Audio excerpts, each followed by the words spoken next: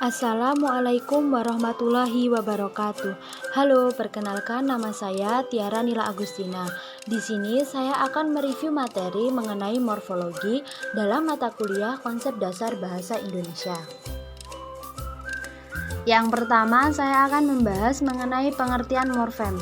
Morfem adalah bentuk bahasa terkecil yang tidak dapat dibagi menjadi bagian-bagian yang lebih kecil. Kemudian yang kedua adalah jenis morfem. Jenis morfem terbagi menjadi 9. Yang pertama morfem bebas, yang kedua morfem terikat, yang ketiga morfem gramatikal, yang keempat morfem leksikal. Yang kelima morfem segmental, yang keenam morfem suprasegmental, yang ketujuh morfem terbagi, 8 morfem terikat, dan yang terakhir adalah morfem unik. Selanjutnya adalah proses morfologi. Proses morfologi yang pertama adalah afiksasi. Afiksasi adalah pembentukan kata yang dilakukan dengan jalan penggabungan kata dengan afiks atau imbuhan. Afiks dibedakan atas 5 macam, yaitu prefiks, infiks, sufiks, konfiks, dan simulfiks. Proses morfologi yang kedua adalah reduplikasi. Reduplikasi merupakan proses pembentukan kata dengan cara mengulang kata dasar baik sebagian maupun keseluruhan.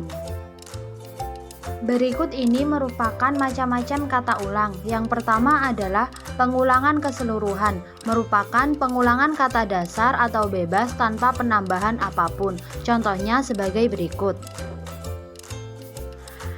Yang kedua adalah pengulangan sebagian, merupakan pengulangan sebagian bentuk fisik morfem dasar.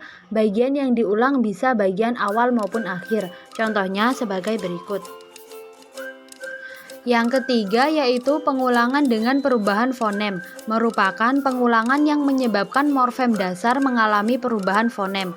Umumnya perubahan terjadi pada bagian kedua. Contohnya sebagai berikut. Yang keempat yaitu pengulangan berimbuhan, merupakan pengulangan kata dasar secara keseluruhan dengan penambahan afiks baik pada bagian pertama, kedua maupun keduanya. Contohnya sebagai berikut. Selanjutnya yang kelima yaitu pengulangan semu, merupakan kata dasar yang memang bentuknya terdiri atas 2 kata. Alasan lain mengapa dikatakan reduplikasi semu karena bentuk tersebut tidak bermakna banyak atau bervariasi dan suatu kegiatan yang berulang-ulang. Contohnya sebagai berikut. Proses morfologi yang ketiga yaitu perubahan intern. Intern bermakna diri sendiri. Perubahan intern dimaksudkan sebagai pembentukan kata melalui perubahan pada bentuk dasar morfem itu sendiri.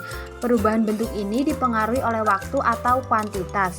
Perubahan intern umumnya terjadi pada bahasa yang mempersoalkan waktu dan kuantitas dalam proses pembentukan kata. Misalnya bahasa Inggris. Contohnya sebagai berikut. Proses morfologi yang keempat adalah suplesi. Proses morfologis melalui suplesi benar-benar menghasilkan bentuk baru yang berbeda dari bentuk sebelumnya. Perubahan bentuk secara suplesi kata tidak mempersoalkan kuantitas, melainkan hanya berdasarkan pada perubahan waktu, yaitu kini dan lampau. Contohnya sebagai berikut. Proses morfologi yang kelima yaitu pemajemukan. Kata majemuk adalah gabungan 2 kata morfem dasar yang menghasilkan kata dengan makna baru. Kata ini berbeda pula dengan frasa sehingga harus benar-benar diperhatikan. Berikut ini merupakan ciri-ciri kata majemuk. Yang pertama adalah tidak bisa disisipi.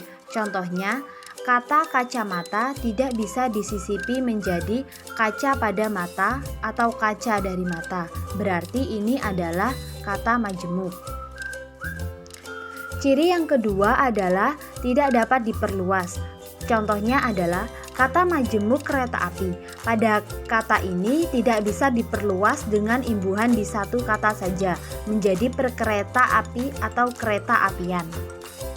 Ciri kata majemuk yang ketiga adalah posisi tidak dapat ditukar. Contohnya, kata majemuk angkat kaki bermakna pergi.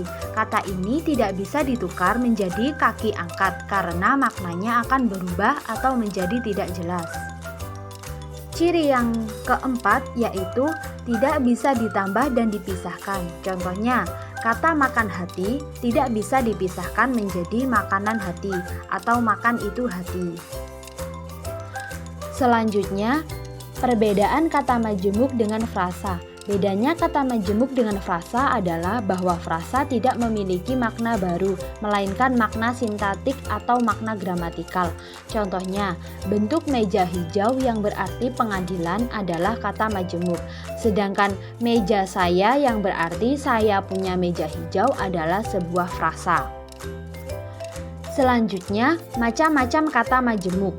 Yang pertama adalah endosentris atributif.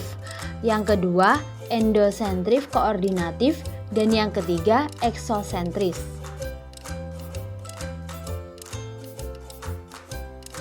Selanjutnya, tata cara penulisan kata majemuk. Penulisan kata majemuk dalam bahasa Indonesia di tiap unsurnya bisa ditulis dengan dua cara, yaitu dengan cara terpisah dan bisa dengan cara digabung.